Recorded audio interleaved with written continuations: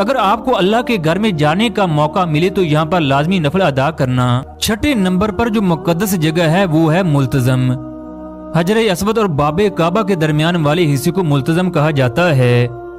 یہ وہ جگہ ہے جہاں اللہ کی رحمت ہر وقت برستی ہے۔ اس جگہ اپنے چہرے، اپنے ہاتھوں اور اپنی چیسٹ کو لگا کر دعا کرنا سنت ہے۔ یہاں پر بھی کوئی دعا رد نہیں ہوتی۔ 7ویں نمبر پر اللہ کے بہت ہی پیارے نبی اور خلیل کے پاؤں کے نشان ہیں۔ کئی کتابوں میں لکھا ہے یہ اس وقت کے نشان ہیں جب ابراہیم علیہ السلام خانہ کعبہ تعمیر کر رہے تھے۔ جب دیواریں اونچی ہو گئی تو یہ پتھر لایا گیا جس پر کھڑے ہو کر ابراہیم علیہ السلام نے دیواریں مکمل کی۔ جیسے جیسے دیواریں اونچی ہوتی گئیں یہ پتھر بھی اونچا ہوتا گیا۔ بعض روایات میں یہ بھی لکھا ہے یہ وہ پتھر ہے جس پر کھڑے ہو کر ابراہیم علیہ السلام نے آواز دی، جس کا ذکر اللہ تعالیٰ نے قرآن میں کیا۔ تو وہ اپنے مقام پر کھڑے ہو گئے اور کہنے لگے، لوگوں آپ کے پروردگار نے ایک مکان لیا ہے لہذا اس کے پاس حج ادا کرو۔ پھر فرمایا اور مقام ابراہیم کو نماز پڑھنے کی جگہ بناؤ۔ اس جگہ نفل ادا کرنا بہت ہی مقدس ہے۔ اس جگہ پر بھی انسان کی ہر دعا قبول ہوتی ہے۔ یہ اللہ تعالیٰ کا بہت بڑا معجزہ تھا۔ جب ابراہیم علیہ السلام پتھر پر کھڑے ہوئے تو یہ موم کی طرح نرم پڑ گیا۔ اس پتھر پر ابراہیم علیہ السلام کی انگلیوں کے نشان بھی واضح تھے، مگر زائرین ہاتھ پھیرتے رہے جس کی وجہ سے نشان مٹ گئے۔ جب اس کی صفائی کرنی ہوتی ہے تو ارد گرد ایک پلاسٹک کی دیوار کھڑی کر کے اسے کھول کر صفائی کی جاتی ہے۔ 8ویں نمبر پر کعبہ کے 4 کونے ہیں جن میں دروازے کے ساتھ اور پیچھے والے کونے کو خاص فضیلت حاصل ہے۔ جو ابراہیم علیہ السلام نے کعبہ تعمیر کیا وہ مستطیل شکل کا تھا، جبکہ جو قریش نے تعمیر کیا وہ مربع شکل کا ہے۔ کعبہ چھوٹا ہونے کی وجہ سے 3 اور 4 نمبر کونے ختم ہو گئے۔ جو نیا خانہ کعبہ تھا اس کے اندر 1 اور 3 نمبر کونے رہ گئے، کیونکہ یہ وہی کونے ہیں جو ابراہیم علیہ السلام نے بنائے۔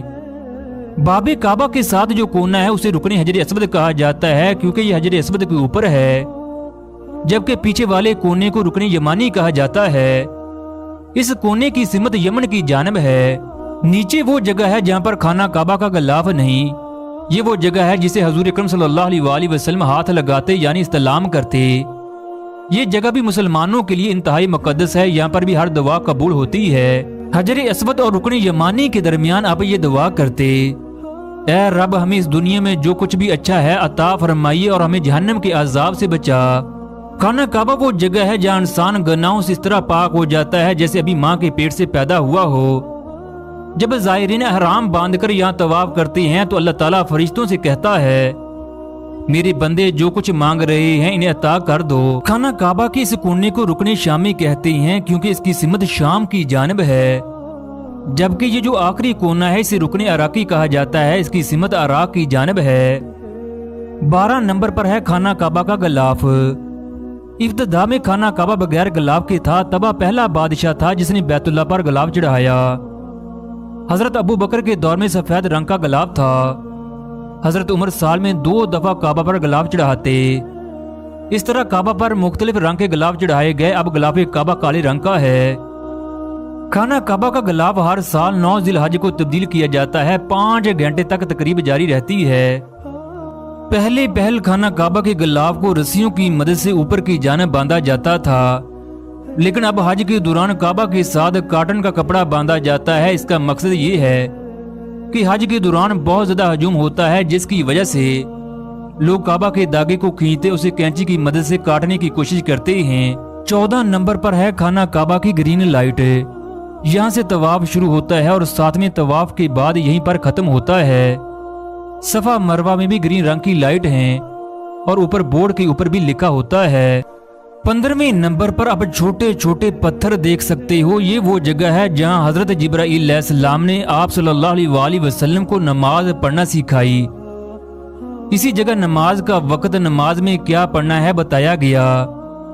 یہ جگہ باب کعبہ کی رائٹ سائڈ پر ہے، جبکہ 7 جو چھوٹے چھوٹے پوائنٹ ہیں اس جگہ پر آپ صلی اللہ علیہ وآلہ وسلم نے نماز پڑھی۔ دوستو، خانہ کعبہ میں ایک ایسی جگہ ہے جہاں کسی کی نماز نہیں ہو سکتی، وہ ہے خانہ کعبہ کی چھت۔